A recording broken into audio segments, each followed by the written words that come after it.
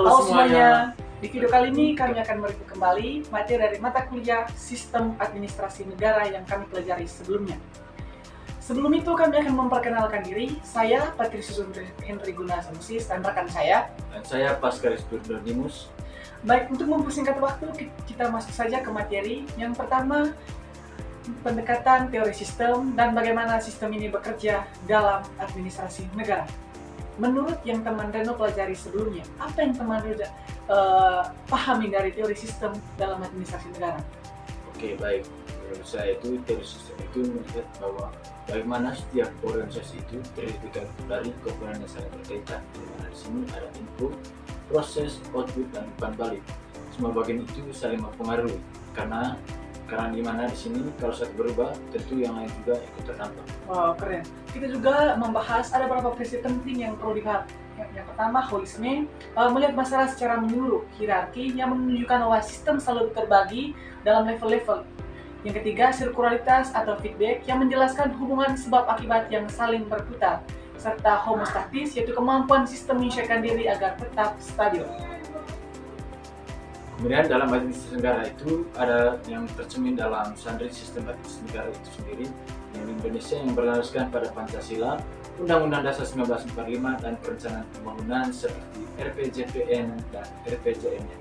Wow, berarti sistem itu saling berkaitan ya teman, terutama di sistem administrasi negara Indonesia ini ya. Bahwa perlu kita ketahui pula administrasi negara terdiri dari berbagai subsistem, yaitu kepemimpinan, birokrasi, manajemen, hukum, politik, pelayanan publik, serta keuangan negara ya teman Reno. Semuanya saling bergantung. Jika suatu yang lemah, maka sistem negara juga yang lain ikut terganggu ya teman Reno. Baik, dari sini teori sistem itu membantu kita untuk memahami bagaimana pemerintah harus dikelola secara terpadu, terkoordinasi dan adaptif agar tujuan itu negara itu tetap tercapai dengan cepat. Yang kedua, kita akan membahas lingkungan strategis baik internal maupun eksternal yang mempengaruhi sistem administrasi negara Republik Indonesia atau disebut SANRI. Baik, bagaimana menurut teman Reno sistem administrasi negara Republik Indonesia saat ini? Baik, menurut saya itu SANRI itu dipahami sebagai sistem terbuka, yang dimana artinya di sini birokrasi dan penyelenggaraan itu pemerintahan itu selalu dipengaruhi oleh lingkungan, politik, ekonomi, sosial, teknologi hingga budaya. Karena itu di mana SANRI ini harus adaptif agar tidak mengalami etotropia dan kemunduran.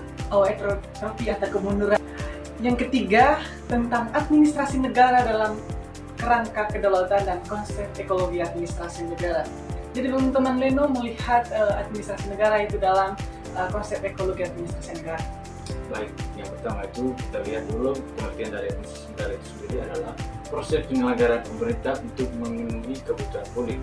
Meski sistem administrasi negara itu bersifat universal, tapi praktik administrasi negara itu berbeda-beda karena dipengaruhi oleh ada lingkungan fisik, sosial, budaya, politik, ekonomi, dan teknologi juga.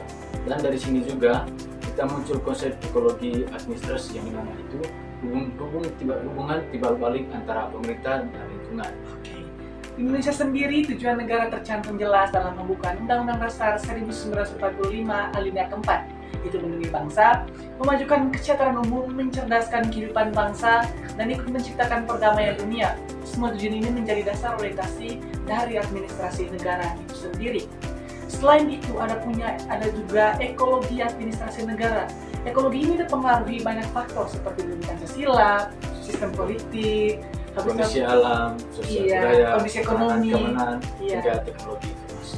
WF Riggs menekankan bahwa administrasi negara selalu dipengaruhi oleh kondisi penduduk, struktur sosial, sistem ekonomi, ideologi, dan juga politik. Iya. Karena itu pemerintah harus mampu menyesuaikan diri dengan lingkungannya. Ini bertujuan untuk menjaga keseimbangan antara masyarakat, individu, sumber daya. Untuk bisa disebut negara, ada 4 syarat utama yang harus dipenuhi. Yang pertama, wilayah. Benar teman Reno? Ya, wilayah dalam negara harus ada wilayah yang jelas, terdiri dari daratan, perairan, dan ruang udara. Tanpa batas wilayah, negara tidak punya tempat untuk berdaulat. Yang kedua ada rakyat. Bagaimana teman Reno melihat dengan syarat rakyat dalam negara? Rakyat itu sendiri harus ada kelompok manusia yang tinggal dan terikat secara langsung sebagai suatu warga negara.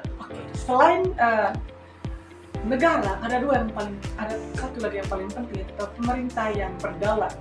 inilah pihak yang menjelaskan kekuasaan negara. Pemerintah harus mampu membuat dan menegakkan peraturan, serta mengelola kebutuhan publik.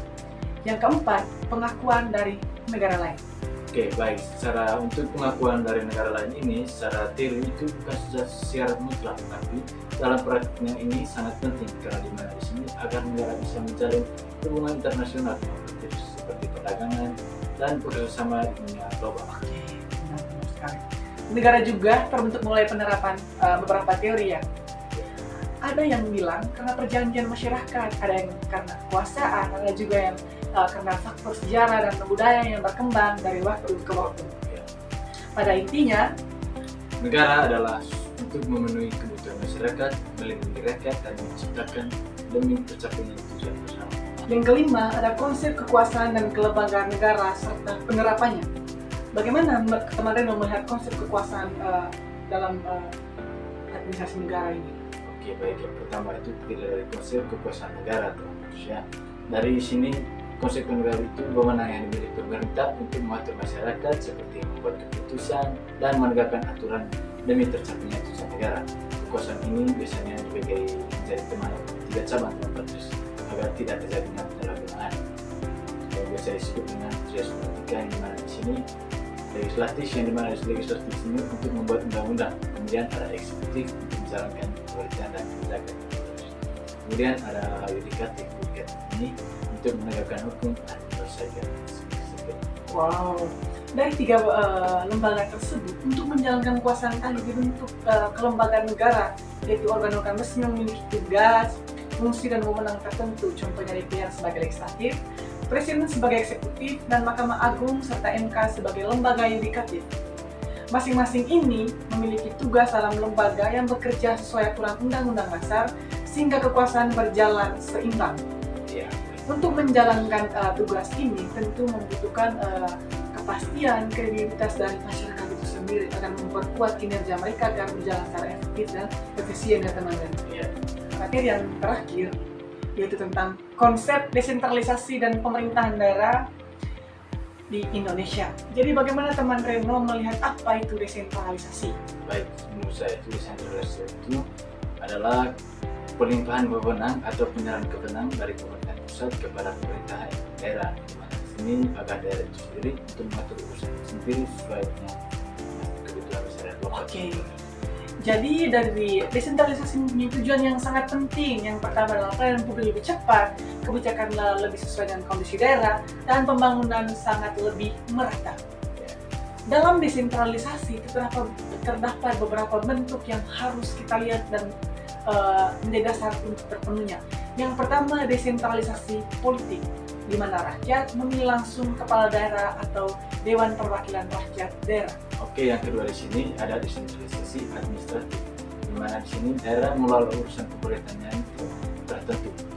Oke, yang ketiga adalah desentralisasi fiskal. Daerah punya kewenangan anggaran seperti dana alokasi umum, dana alokasi khusus, dan pendapatan asli daerah. Kemudian di sini juga teman Patris ada namanya desentralisasi ekonomi, di mana di sini daerah mengembangkan potensi lokal seperti pariwisata, UMKM atau industri. Oke, jadi pemerintahan daerah sendiri terdiri dari pemerintahan provinsi atau ada kabupaten dan kota sendiri. Masing-masing ini memiliki kepala daerah dan DPRD yang menjalankan tiga fungsi utama. Yang pertama adalah pelayanan publik, pembangunan daerah, dan yang ketiga itu peraturan urusan pemerintah itu menjadi kewenangan. Oke,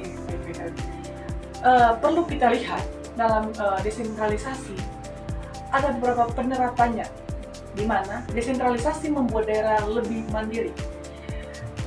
Lebih mandiri ini dilihat dari mana? Mulai dari penyusunan APBD, pengelolaan pendidikan, kesehatan, infrastruktur, hingga inovasi layanan digital. Semua ini bertujuan menciptakan pemerintahan yang efektif, dekat dengan rakyat, kredibilitas, dan mampu mempercepat kesejahteraan daerah. Oke, jadi itulah pentingnya desentralisasi daerah untuk menciptakan daerah secara dan menjalankan daerah secara efektif. Oke, sekian video dari kami. Sampai jumpa di video-video selanjutnya. Bye-bye.